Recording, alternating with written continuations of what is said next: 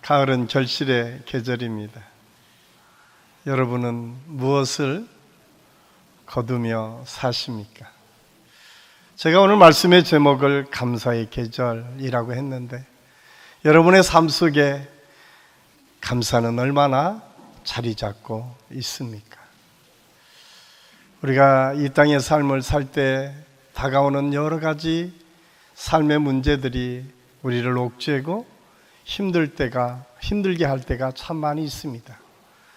그때마다 우리는 어떻게 이 어려움을 이겨나갈까 고민하고 있는데, 오늘 말씀의 은혜를 통해서 우리 모든 성도들이 감사로 그 어려움들을 다 이겨나갈 수 있기를 간절히 소원합니다.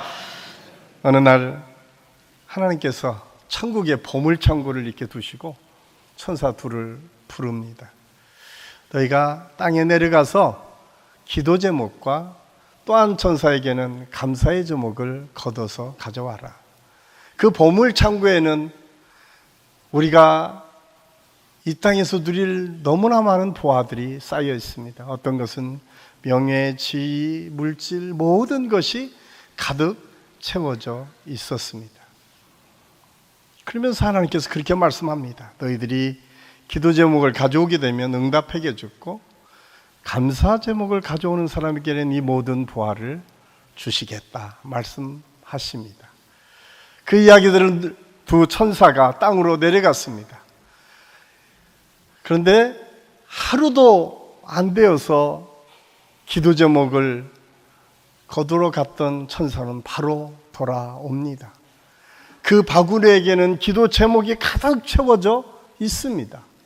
그런데 웬일인지 감사 제목을 거두러 갔던 천사는 돌아오지 않습니다. 이틀, 3일, 일주일이 돼서야 겨우 돌아오는데, 그 안에 보니까 감사의 제목들이 별로 없어요. 그런데 놀랍게도 그걸 뜯어보니까 거기에 미처 기도 제목을 올리지 않은 사람이 그 감사 제목을 거기에 넣은 거예요.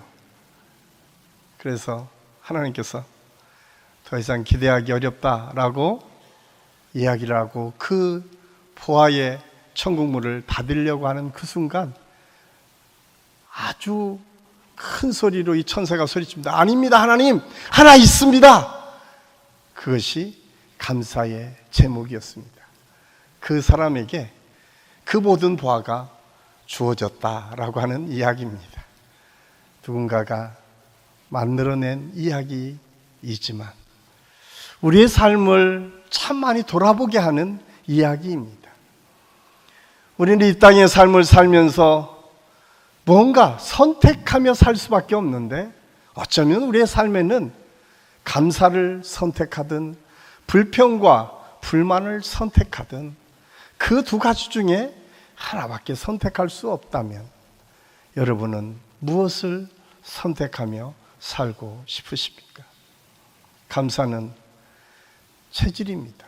체질이 바뀌어야 감사가 우리 삶에서 일상으로 나올 수 있습니다.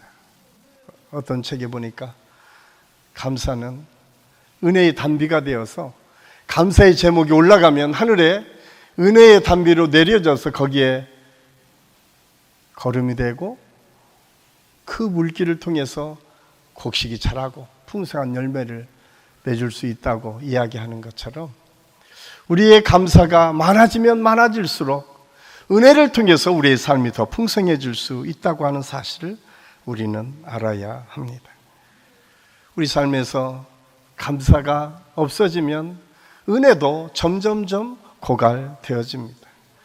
감사의 인생은 언제나 기쁨으로 우리의 삶을 이끌어가지만 불평과 불만은 우리 마음을 실패와 좌절과 낙심으로 이끌고 간다고 하는 사실을 우리는 알아야 합니다. 사랑하는 성도 여러분, 여러분은 지금 어떤 체질이 되고 싶습니까? 오늘 우리가 읽은 본문은 아마 조금만 신앙생활 하신 분이면 너무도 잘 아는 말씀입니다. 오병이어의 기적. 조그만 소년 하나가 받쳐진 물고기 2마리와 보리떡 5개를 통해서 5천 명이 먹고 남았다는 놀라운 기적의 사건이 오늘 우리가 읽은 본문의 내용입니다.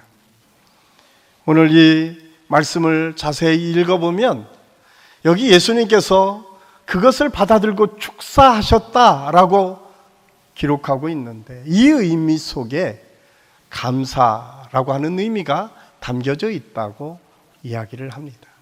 그래서 이것은 단순히 그 보리떡 5개와 물고기 2마리를 축복했다는 것이 아니라 그것을 가지고 하나님께 감사했다라고 하는 의미입니다. 이 사실을 통해서 우리는 깨닫습니다. 오병이어의 기적을 체험하게 된 동기는 바로 예수님께서 감사하신 그 축복을 통해서 시작되었음을 알 수 있습니다. 예수님께서 축사하시기 전에는 어린아이 하나가 먹을 정도의 도시락에 불과했지만, 그러나 축사를 하시고 나자 5천 명이 배불리 먹고 남는 기적의 역사가 나타났다라고 하는 사실을 우리에게 가르쳐 주고 있습니다. 이 해석을 가지고 또한 여러 사람들이 여러 가지 해석을 가지고 이야기합니다. 어떻게 그런 기적의 역사가 있겠습니까? 어떤 학자들은 가지고 온 것을 모두가 함께 내놓고 나누니까 먹고 남는 역사가 있었다라고 이야기하는 학자들도 있습니다.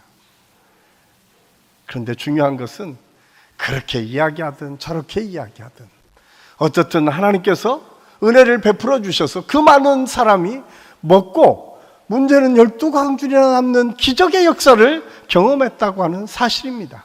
거기에서 토를 달고 있는 사람은 아무도 없습니다. 이 사건을 통해서 우리가 깨닫는 것은 무엇입니까? 조그만 한 사람의 작은 헌신을 통해서 수많은 사람이 새롭게 하나님의 은혜를 경험할 수 있었다고 하는 사실을 오늘 성경을 통해서 우리에게 가르쳐 주고 있습니다.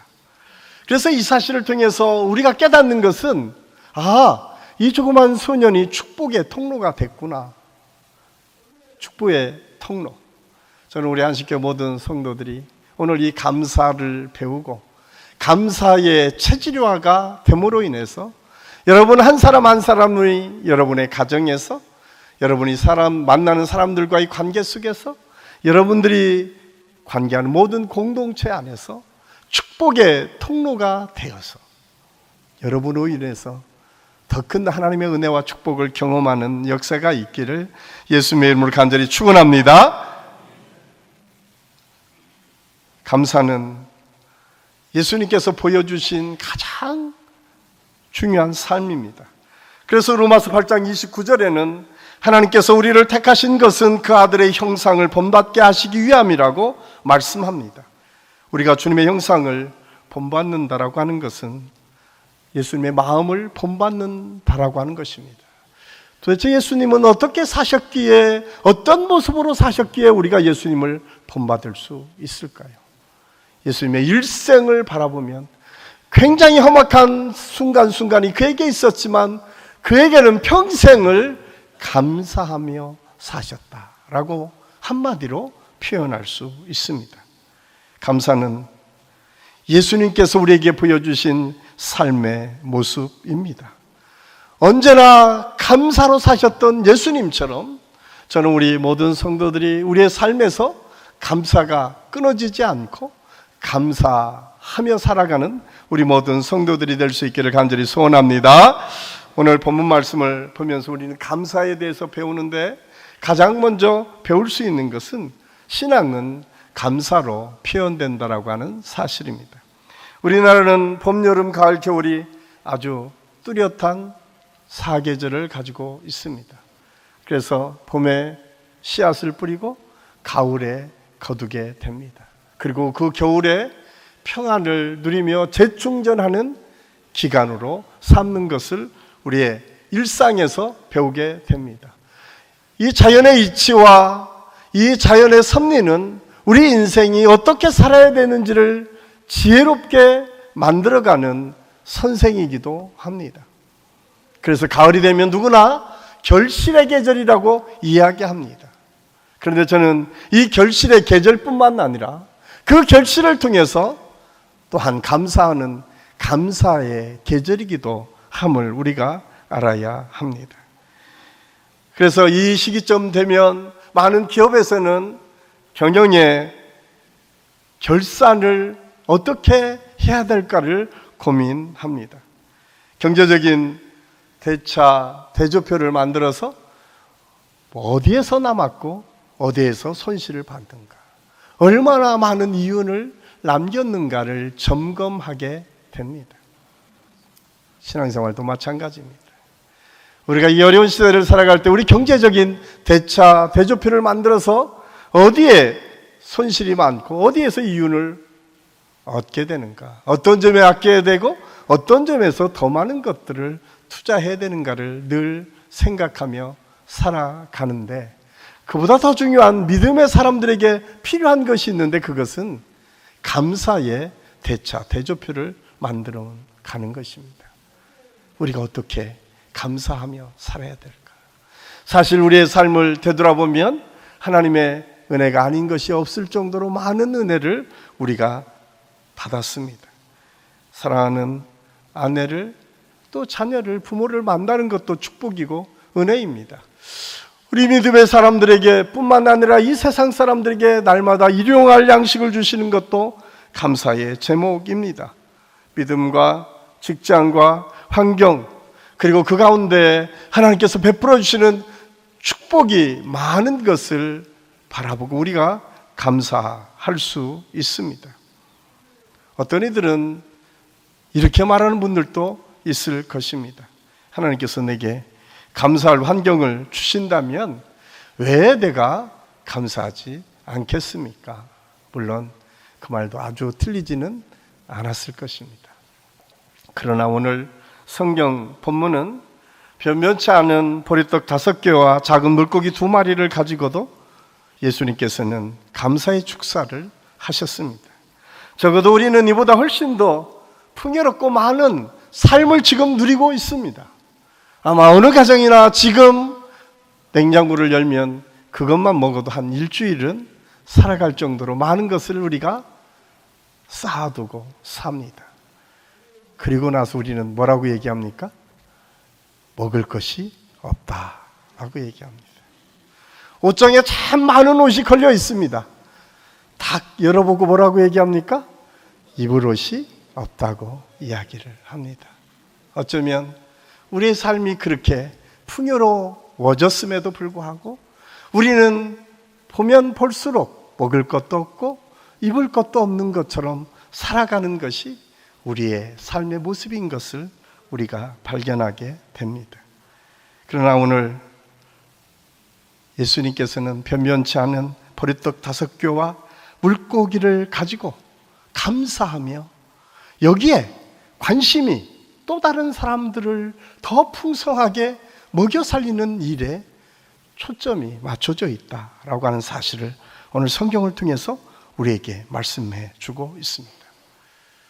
제가 오늘 말씀을 준비하면서 어떤 예화 집에 보니까 아주 재밌는 이야기가 하나 있었습니다. 그것은 어느 소년이 어느 날 자기 아버지의 비밀 서랍을 열어봤어요.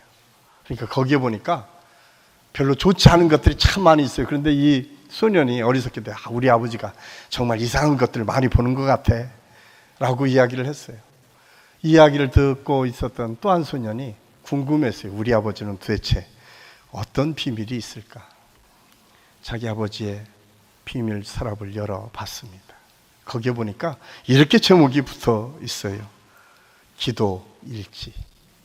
그런데 그 기도 일지를 보니까 거기에 아버지가 꼼꼼하게 쓰여진 글자가 있습니다. 거기에는 매일매일 감사의 제목들이 쓰여져 있었습니다. 또 하나 빠지지 않은 것이 있었는데 그 옆에 끊어지지 않고 자기 이름이 기록되어 있었습니다. 이 아들은 생각했습니다. 우리 아버지가 얼마나 나를 중요하게 생각하는지, 우리 아버지가 나를 어떤 마음으로 바라보고 있는지, 아버지의 삶의 태도와 자세는 어떤 삶의 태도와 자세인지. 사랑하는 한식교 성도 여러분, 여러분의 서랍에는 지금 무엇이 감춰져 있습니까? 이 사랑하는 소년이 여러분 어디를 가나 때로는 실패하고 좌절하고 어려움을 만날 수 있을 것입니다. 그러나 그 아들은 거기에서 멈추지 않을 것입니다. 거기에서 낙심하지 않을 것입니다. 왜? 자기 아버지가 어떻게 자기를 사랑하는지를 알기 때문에, 그 아버지가 어떤 삶의 자세를 가지고 그의 인생을 펼쳐갔는지를 알기 때문에, 그는 어지간한 어려움과 난관이 있다 하더라도 거기에 머무르지 않고 다시 일어설 수 있었을 것입니다. 우리에게 필요한 것은 지금 무엇일까? 오늘 저는 이 말씀을 준비하면서 우리 자녀들에게 나는 어떤 모습의 아버지가 되고 있는가? 우리 성도들에게 나는 어떤 목사로 비춰지고 있는가? 한번 곰곰이 생각해 보았습니다. 사랑하는 한신교회 성도 여러분, 여러분의 깊이 감춰진 그 서랍 속에는 무엇이 지금 쌓여져 있습니까? 벌써 2022년도 얼마 남지 않았습니다. 대나무가 매듭을 짓고 성장을 하듯이 주님 앞에 감사와 감격의 매듭을 지어야 될 때가 지금 이 가을이라고 하는 사실을 우리는 잊어서는 안 됩니다. 우리의 감사의 수준은 지금 어디까지 와 있습니까? 일용할 양식 주심에 감사하고, 또한 하나님께서 내게 직분 주시고 건강 주시고 여기까지 이끌어 주심에 감사하고, 또한 귀한 자녀들을 주시고 내가 할 수 있는 일을 주심에 감사하고, 그리고 저는 오늘 이 말씀을 준비하면서 우리 모든 성도들의 마음의 서랍 속에 이 감사의 제목들이 하나하나 쌓여가는 감사의 계절이 될 수 있기를 간절히 소원합니다. 가지고 있는 것에 감사할 때 기적이 일어납니다. 오늘 성경을 통해서 우리에게 주시는 지혜는 무엇입니까? 여러분은 지금 무엇 때문에 기뻐하며 살고 있습니까? 우리가 인생을 살면서 있는 것을 감사하며 사는 사람이 있는가 하면 없는 것 때문에 원망하며 불평하며 사는 사람들도 있습니다. 오늘 기적의 역사는 작지만 있는 것을 통해서 우리 주님께서 역사해 주셨습니다. 오늘날 많은 사람들이 예전보다 훨씬 더 풍요롭게 살면서도 불만이 많은 이유가 무엇일까요? 많은 심리학자들이 이야기하는 것은 비교 의식이라고 합니다. 나와 누군가를 비교하기 시작하면 그때부터 불만이 쌓이기 시작한다는 것입니다. 남편을, 아내를 또 다른 남편과 아내로 비교하기 시작하면 그때부터 문제가 생기기 시작한다는 것입니다. 우리 집과 남의 집의 아파트 평수를 비교하기 시작하면 그때부터 문제가 생기기 시작한다는 겁니다. 내 자식과 남의 자식을 놓고 비교하기 시작하면 그때부터 문제가 생기기 시작한다고 이야기를 합니다. 그래서 민수기 13장에서는 그 비교했던 열 정탐꾼이 초라한 자기 모습들을 발견하게 됩니다. 그런데 똑같은 상황을 봤지만 두 믿음의 사람 여호수아 갈렙은 그렇지 않았습니다. 하나님의 약속을 바라보고 하나님께서 주실 축복을 바라봤습니다. 그리고 그걸 감사했습니다. 저 땅은 우리에게 주실 하나님의 약속의 땅이다 라고 그들은 고백하고 있습니다. 사실 우리가 살아가는 이 시대, 여기 연로하신 우리 어르신들이 생각하면 예전에 비해서 우리가 얼마나 많이 잘 살고 있는지 모릅니다.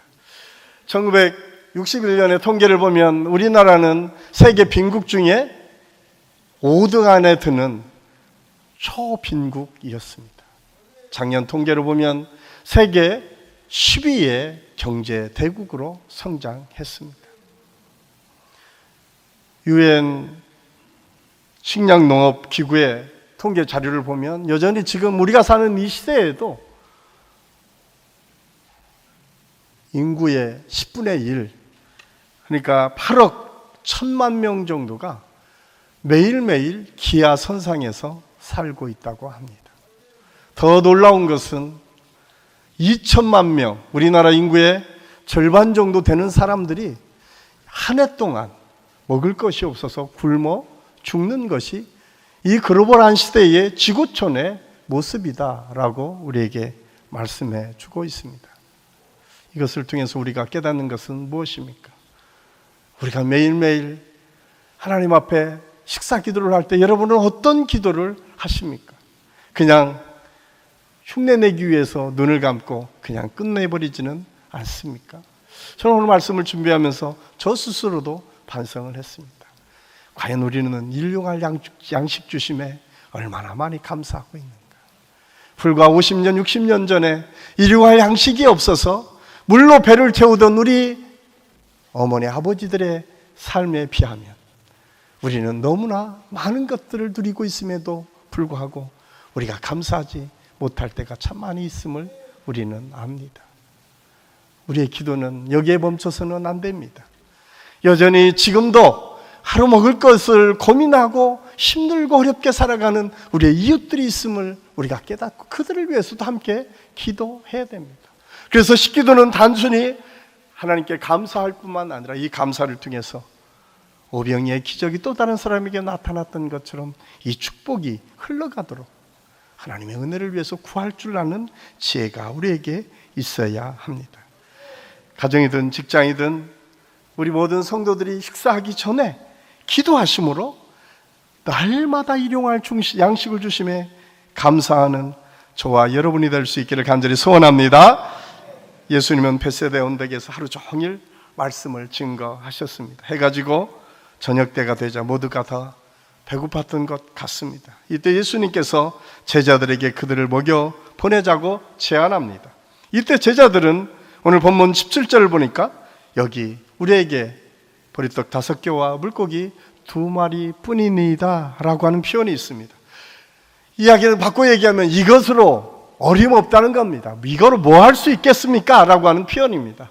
사실 요한복음 6장에서도 동일하게 우리에게 말씀하고 있는데 필립은 빨리 계산해 보니까 200데나리오라고 하는 많은 돈이 필요합니다.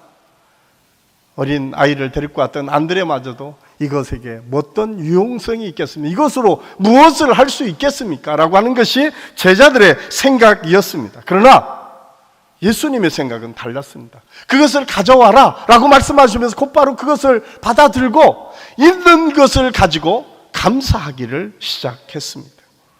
이것은 우리 믿음의 사람들에게 주는 아주 중요한 지혜의 말씀입니다. 여러분, 없는 것 때문에 슬퍼하고 힘들어하고 불평과 원망하지 마십시오. 지금 있는 것이 무엇인지를 살펴보십시오. 그리고 그것을 감사할 수 있기를 간절히 소원합니다. 우리에게 중요한 게 얼마나 많은 것을 우리에게 주었는지 모릅니다. 사실 여기에 지금 우리가 가진 거 다 가지고 나오신 분 누구 있습니까? 아무도 없습니다. 우리는 아무것도 갖지 않고 이 땅에 태어났습니다. 우리가 가지고 있는 모든 것이 지금 우리가 다 얻게 된 거예요. 다 가지게 된 거예요. 그것이 좋든 싫든 비교해서 많든 적든 여러 가지 표현을 할 수 있겠지만 어떻든 우리는 가진 사람들임을 잊어서는 안 됩니다. 없는 것만을 보고 불평하고 안 된다는 생각 속에 우리가 살아간다면 우리는 이 인생에서 영원한 실패자로 살 수밖에 없습니다. 저는 우리 사랑하는 모든 성도들이 우리 사랑하는 남편을 보고 아내를 보고 자녀를 보고 부모님을 볼 때마다 감사의 마음이 언제나 표현되고 그렇게 감사를 이룰 수 있기를 간절히 소원합니다. 한번 오늘 예배가 끝나고 꼭 가서 감사를 한번 표현해 보십시오. 여보, 나하고 살아줘서 고맙소. 그렇죠? 사고를 많이 쳤지만 나를 위해서 기도해 주셔서 감사합니다. 별로 사고 치시지 않으신 분들이 많이 있는 것 같지만 저는 제가 사고를 많이 친 사람 중에 하나여서 늘 그런 마음이 있습니다. 우리 자녀들에게, 우리 아내에게 늘 감사한 마음이 있습니다. 그런데 참 표현하기 어려운 것 같아요. 그런데 표현할 때 더 풍성해질 줄로 믿습니다. 꼭 표현을 하셔야 됩니다. 감사는 그래서 풍성한 열매를 나타냅니다. 우리는 가끔 감사라고 하면 결과를 보고 감사하려고 합니다.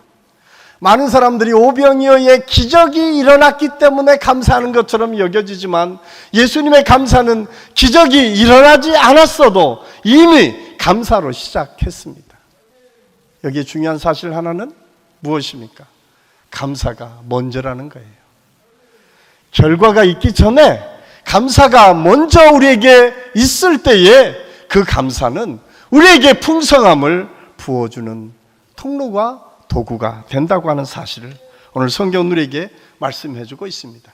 이 사실을 깨달은 사도 바울은 빌립보서 4장 6절에 너희가 아무것도 염려하지 말고 기도할 때에 모든 것을 감사함으로 하나님께 아뢰라고 우리에게 말씀해 주고 있습니다. 그렇습니다. 감사의 조건이 있기 때문에가 아니라 감사로 하나님께 기도를 올려드렸을 때에 그 기도가 응답될 뿐만 아니라 이미 기도하는 그 순간 우리의 마음에 확신과 기쁨이 회복된다고 하는 사실을 사도 바울은 우리에게 가르쳐 주고 있습니다. 현대 경영학의 대가인 피터 드러거 교수가 쓴 책 중에 프로페셔널의 조건이라고 하는 책에서 그 마지막 글귀에 드러거 교수는 이렇게 쓰고 있습니다. 당신이 세상을 떠났을 때에 주위 사람들이 당신을 어떤 사람으로 기억할 것인지를 생각하라. 프로페셔널 삶이라고 하는 것은 모든 사람이 인정할 만한 프로가 되는 삶인데 프로의 결과는 무엇인가? 누군가가 나를 기억할 때 어떻게 기억되어지는지를 늘 생각하며 살라고 그는 우리에게 권면하고 있습니다. 사랑하는 성도 여러분, 여러분은 또 다른 사람이 여러분을 어떻게 기억해 주기를 원하십니까? 아니, 우리 한신교회가 어떻게 기억되기를 원하십니까? 여러분의 목장이, 여러분의 가정이 어떻게 기억되기를 원하십니까? 오늘 성경은 우리에게 여러 가지 표현을 통해서 말씀해 주고 있지만 우리 한식교회 모든 성도들은 저 사람은 언제나 감사하는 사람이었다라고 기억될 수 있기를 간절히 소원합니다. 하나님께서 많은 축복을 주었지만 언제나 그 축복보다는 불평과 불만 속에 살았다라고 기억되는 것은 얼마나 실패한 인생이겠습니까? 사실 우리가 살아가는 순간순간이 그렇게 감사할 일이 많지는 않을 수 있습니다. 그런데 삶의 자세에서 우리가 감사하기 시작하면 생각과 바라보는 시각이 바뀌기 시작합니다. 오늘 이 말씀을 통해서 우리가 깨달을 수 있는 이 감사, 그러면 어떻게 우리가 감사하며 살 수 있을까? 참 쉽지 않죠. 그런데 오늘 13절 말씀에 보니까 예수님께서 빈들을 향해서 가셨다라고 했는데 이 빈들을 향해서 가실 때 예수님의 마음은 너무나 힘들었습니다. 왜냐하면 14장 1절에서 12절까지 말씀해 보면 그를 앞서 증거했던 세례 요한이 죽임을 당했다는 소식을 듣습니다. 참 세상이 소란스럽다라고 할 정도로 어려운 시대였다라고 하는 사실을 알 수가 있습니다. 이때 예수님께서 빈들을 향해서 가십니다. 아무도 없는 곳, 그곳에 가셔서 하나님과 깊은 영적인 만남을 통해서 감사를 그 마음에 채워가고 있음을 오늘 성경은 우리에게 말씀해 주고 있습니다. 우리가 잘 아는 다윗 왕, 그의 일화 하나가 이렇게 소개되고 있습니다. 다윗 왕이 평소에 왕궁을 이렇게 돌아다니다가 가끔 한 방에 들어가면 오랫도록 머물고 있다가 나왔다고 합니다. 많은 신하들이 그것을 참 궁금하게 생각했습니다. 도대체 왜 그 방에 들어가면 저렇게 오랫동안 앉아 있을까? 그것을 궁금히 여겼던 한 신하가 슬며시 그 방에 무엇이 있는지를 살펴보았습니다. 그런데 그 방에는 남루한 목동 옷 한 벌이 있었다고 합니다. 여러분, 다윗은 모든 것을 다스릴 수 있는 왕, 모든 것을 가진 왕의 자리에 있었지만 그는 힘들고 어려울 때마다 자기가 어떤 존재인지 깨닫지 못할 그 순간들마다 조용히 그 방으로 가서 목동 시절에 자기를 생각하고 그 목동을 위대한 왕으로 세우신 그 하나님의 은혜에 감사했다라고 하는 이야기입니다. 여러분이 그 감사를 느끼는 자리가 어디 있습니까? 저는 우리 한신교회 모든 성도들이 어느 곳에 있든지 여러분 목동 시절을 잊지 않고 나라와 민족을 위해서 섬겼던 왕 다윗처럼 우리가 우리 스스로를 돌아보고 감사할 수 있는 그 자리를 우리가 찾고 거기에서 하나님의 은혜를 감사할 수 있을 때에 우리는 감사의 체질이 감사의 사람으로 변화될 수 있음을 이 예화는 우리에게 가르쳐 주고 있습니다. 오늘 여러분의 빈들은 어디에 있습니까? 다윗 왕이 자기의 남루한 목동의 옷을 보면서 초심을 잃지 않고 자기의 삶을 감사로 채웠던 감사의 자리는 우리에게 어디에 있을까요? 저는 이 성전이 여러분의 기도의 자리가 여러분의 말씀을 읽고 기도하는 그 중에 그런 하나님의 은혜를 깨닫는 역사가 있기를 간절히 소원합니다. 복음성가 중에 하나님 한 번도 나를 신박시킨 적 없으시고 라고 하는 찬양이 있습니다. 거기에 2절에 이렇게 기록하고 있습니다. 지나온 모든 세월들 돌아보아도 그 어느 것 하나 주의 손길 안 미친 것 전혀 없네. 그렇습니다. 우리는 하나님의 은혜가 아니면 여기까지 올 수 없어서 그 연약한 존재들입니다. 우리 사랑하는 아내도 남편도 부모님도 자식도 내가 가지고 있는 모든 것도 하나님의 은혜였습니다. 그리고 그 은혜 때문에 우리는 오늘 또 감사함으로 하나님께 나올 수 있었습니다. 이 아름다운 교회에서 함께 신앙생활하는 것도 은혜고 우리 좋은 목자를 만나고 좋은 장로님과 좋은 권사님과 좋은 집사님과 함께 신앙생활하는 것도 아니 좋은 직장에서 지금 직장생활하는 것도 때로는 내가 좀 아프고 힘들고 어려운 상황에 있지만 그것조차도 하나님께 감사할 수 있는 믿음으로 나아갈 때 오늘 성경은 이렇게 끝나지 않습니다. 오늘 성경은 그렇게 결론을 맺습니다.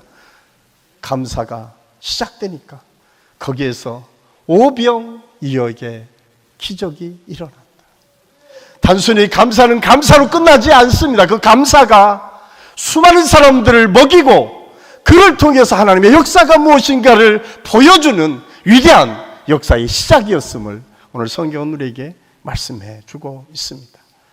저는 우리 한식교회 모든 성도들의 삶과 가정 안에서 이런 하나님의 축복과 은혜가 있으므로 축복의 통로가 되고 축복을 통해서 또 다른 하나님의 기적들을 경험하는 우리 한식교회 모든 성도들의 삶이 될 수 있기를 예수님의 이름으로 간절히 축원합니다. 기도하겠습니다. 사랑의 아버지 하나님, 은혜를 감사합니다. 오늘 감사함으로 하나님께 영광을 돌립니다. 우리가 살아온 모든 것이 하나님의 은혜였음을 고백하게 하시고 우리 모든 성도들의 삶 속에서 감사가 끊어지지 않도록 인도하여 주시옵소서. 무엇보다도 한신교회에 이 모양 저 모양으로 수고하고 애쓰는 모든 이들을 위로하시고 힘을 더하시고 하나님의 능력을 덧입혀 주셔서 그들을 통해서 이루어지는 하나님의 축복이 언제나 하나님께 영광이 되고 우리 모두에게는 기쁨과 은혜가 될 수 있도록 하나님께서 역사하여 주시옵소서. 예수님의 이름으로 감사드리며 기도하옵나이다. 아멘.